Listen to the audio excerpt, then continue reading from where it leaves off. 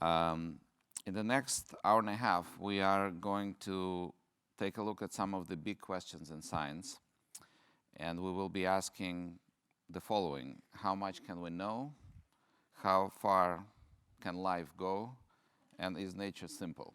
So 3 relatively big questions. And we are joined today by the new Breakthrough Prize laureates, as well as the laureates of the previous years, representing 3 fields of physics, life sciences, and mathematics, as well as one NASA's most celebrated astronomers. So I would like to bring here on stage for the first panel Karl Deisseroth, Christopher Hacon, and Cumrun Vafa.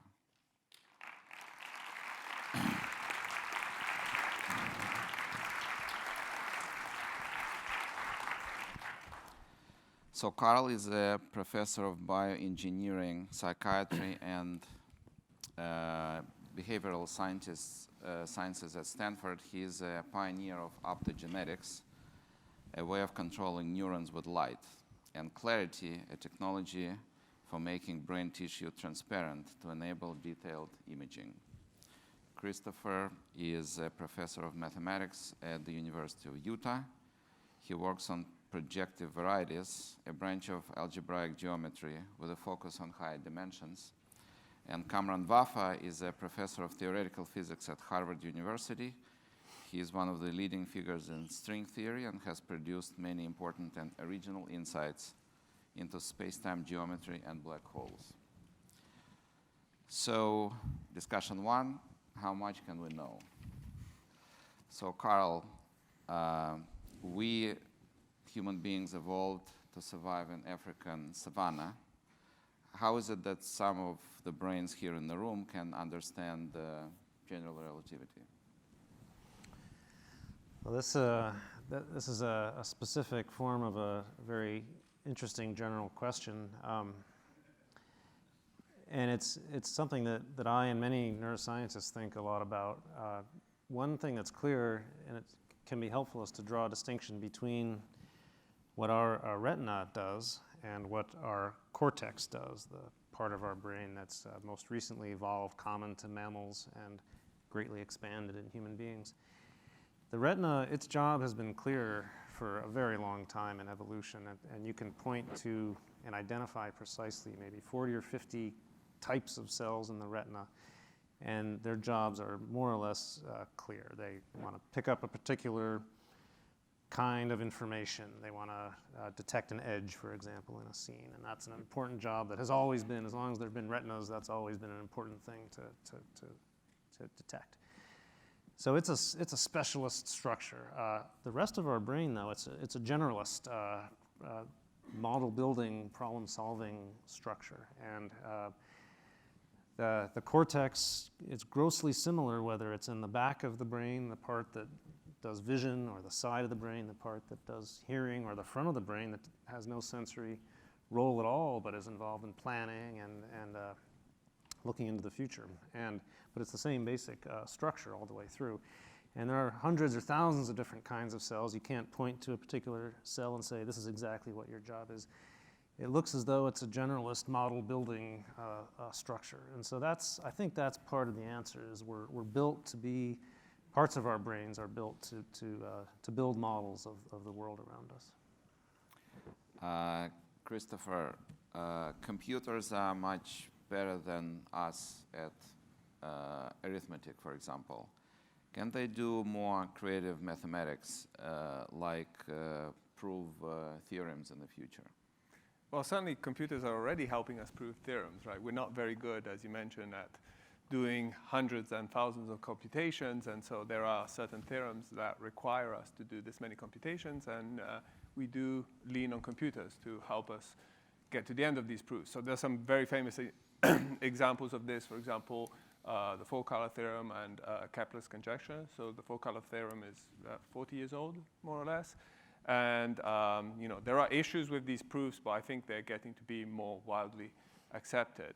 The next level would be for computers to actually help us check the validity of proofs. Our proofs are getting more and more complicated, longer and longer, more specialized. It gets really hard to get other people to check your proof in detail and to be really confident that whether the proof is actually correct or not. So it would be great if there were a way of checking that. And the computer programs actually already exist for this, but you would have to write your proof in a way that it can be actually checked by the computer, code it, so to speak.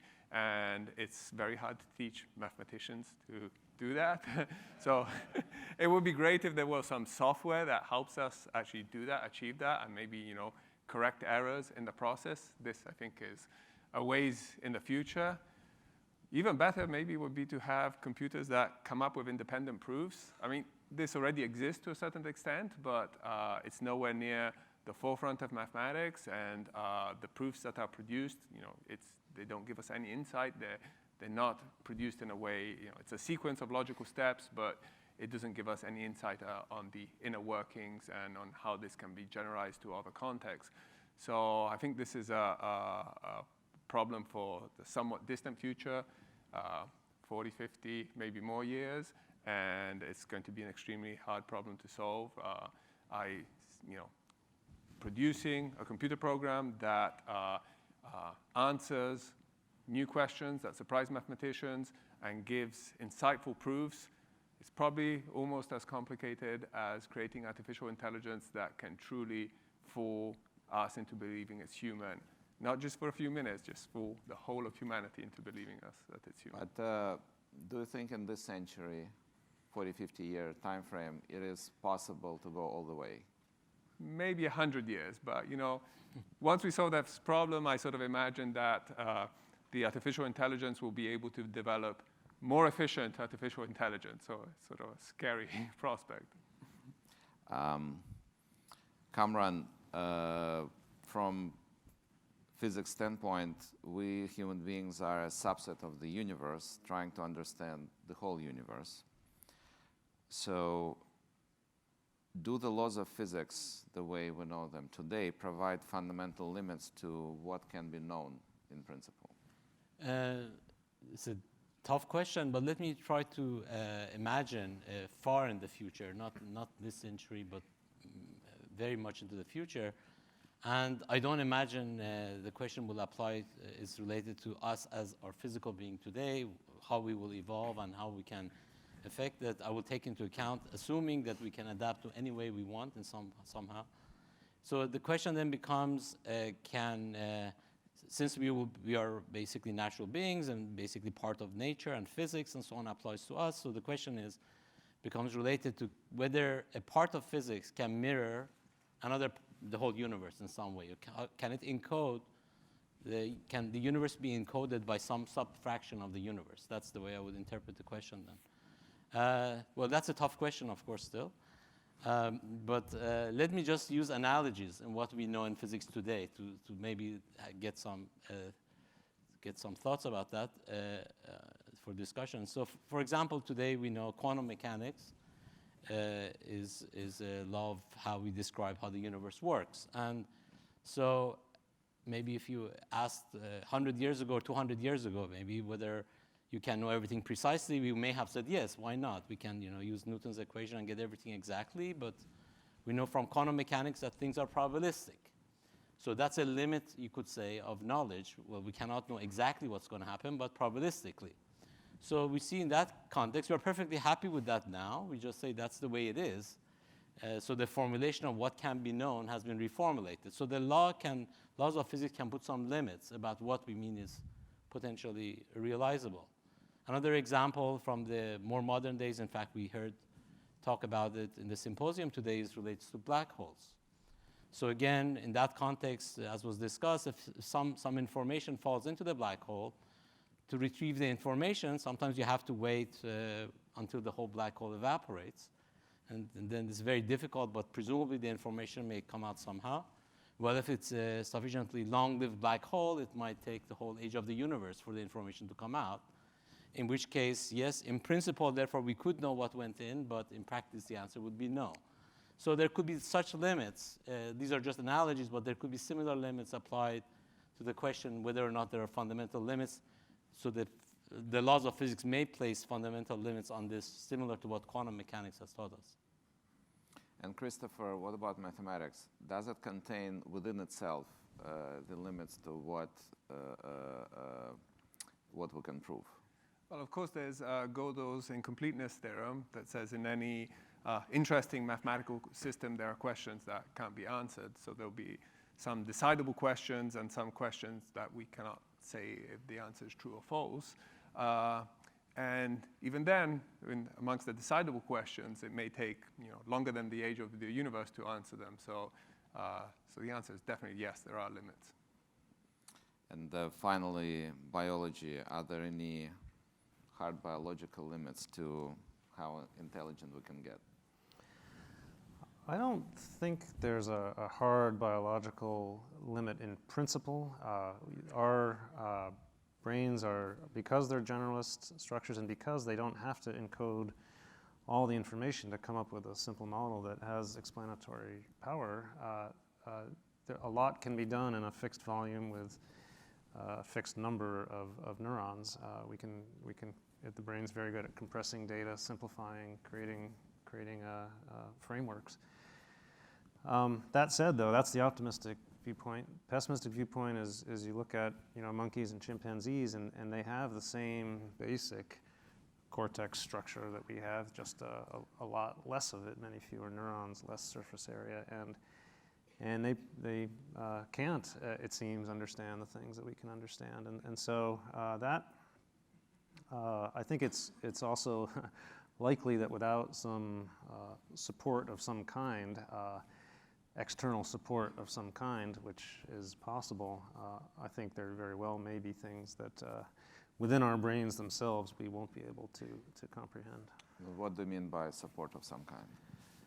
Well, it could take different forms. We all know, caffeine makes us more alert and more vigilant and makes our brains work faster and better in some ways. We live in a very information-rich environment. Our brains are not, we're not evolved in such an information-rich environment. We presumably could tune our brains to accept information at a higher rate, to trust information at a higher rate without repeated presentations. All these things are part of a broader set of strategies that can help us learn faster. But in terms of separating learning and information content from sort of the deep understanding question, that becomes a little more difficult, and the external support might sort of take the form of how mathematicians use computers. It would be a bit of a bridge of some kind that we could build to external processors that allow us to work symbolically and at a higher rate than we could without such support. So I see potentially a future where human beings work together with computers to understand things as well as to remember things. Do you envision any technology using some implants in the brain or something like that? So implants, to do that right, one would have to have a deep understanding of the nature of information storage and processing and representation, and we don't have that yet, but we will get it, and so I think at that point one could imagine an interface of some kind, whether physical or optical or some other form of energy or information transfer that plays the role of an interface and allows that to happen. And do you think technology you've developed could be as a bridge to that? It could be. We've worked very hard on optical technologies, and that has a number of useful properties. Optical information flow is fast. Photons can scatter into the brain deeply. They come in different colors, and so you can have multiple channels of information flow you can play in and read out optically. It has some disadvantages. Light scattering is a big problem, a fundamental limitation. We can't maintain, as you can, by sending a laser through space where you can maintain its integrity over very long distances. We can't do that with light in the brain due to scattering, which is a more or less fundamental limitation, at least as we understand it now. So I think optical methods are useful. They won't be the full solution. We need some new ideas. Cumrun,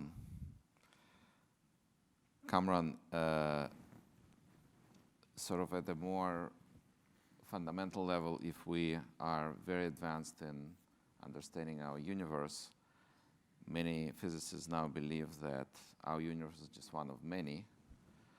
So if this multiverse is real, do you think we can ever know anything about these other universes? Well, that's a very interesting question. As you mentioned, in string theory in particular, we predict that there are other kinds of universes. They should, in principle, exist, and we are in one of them, one particular one, but a priori, we could have been in any host of possibilities. Now, on the other hand, in science, we have a view that if you cannot experimentally check something, that statement doesn't make sense. So if there's no way for us to actually somehow access those universes, then the question becomes metaphysical, whether they exist or not, in what sense do they exist, and so on. So whether we can do it in our current time frame right now is unclear at this point. But there are models in the context, for example, of cosmology, that our universe, for example, could have emerged from another universe in some form of decay. And so, in fact, some models, there are people looking for some imprints in the cosmic microwave background of potentially that thing having happened. So those would be signatures of the would-be universes, which could be the analog of this multiverse. Whether we can actually access those now, universes, is a question we don't know yet, if there is such a way, or whether or not we can create such universes within our universe to branch off to different universes. Again, in principle, I don't see why we couldn't, but we are not there yet in terms of, certainly not technology, but even theoretically, we are still have to understand more deeply what the theory is to see whether we can. That can happen, but in principle, I don't see why not. In other words, that question of whether we can somehow branch out to other universes and get there may be a potential answer to Fermi's missing alien problem. They have found a more interesting universe to be in. So Cumrun, from the physicist standpoint, how would you summarize everything we talked about and answer the question, how much can we know? I think probably the understanding of the word knowledge, understanding knowledge itself, or what we mean by it, might have to be more refinedly defined. For example, suppose I give you a 6 billion digit number and multiply it by another 6 billion digit number. And, well, can you do it? Well, we can certainly give it to a computer and do it for us, and we get the number out. And did we understand what that number came out? Well, not exactly. We know the rules in which that's happening.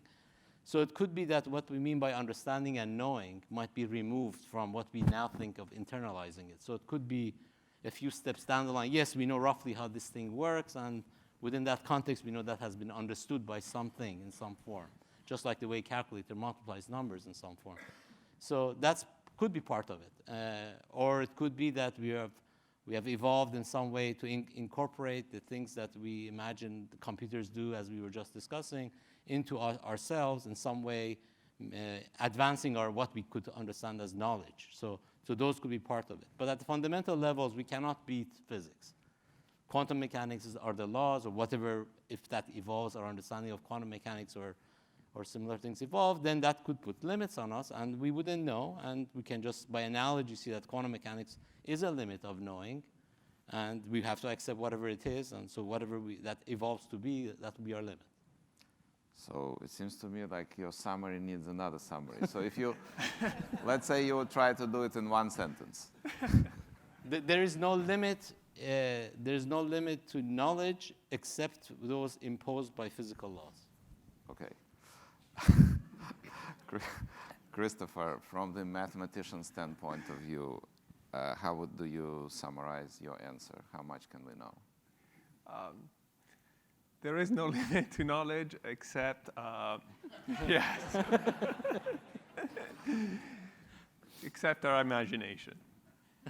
Okay. I really think it's sort of the boundaries of our knowledge are sort of many levels removed from what we imagine right now. And from the standpoint of biology?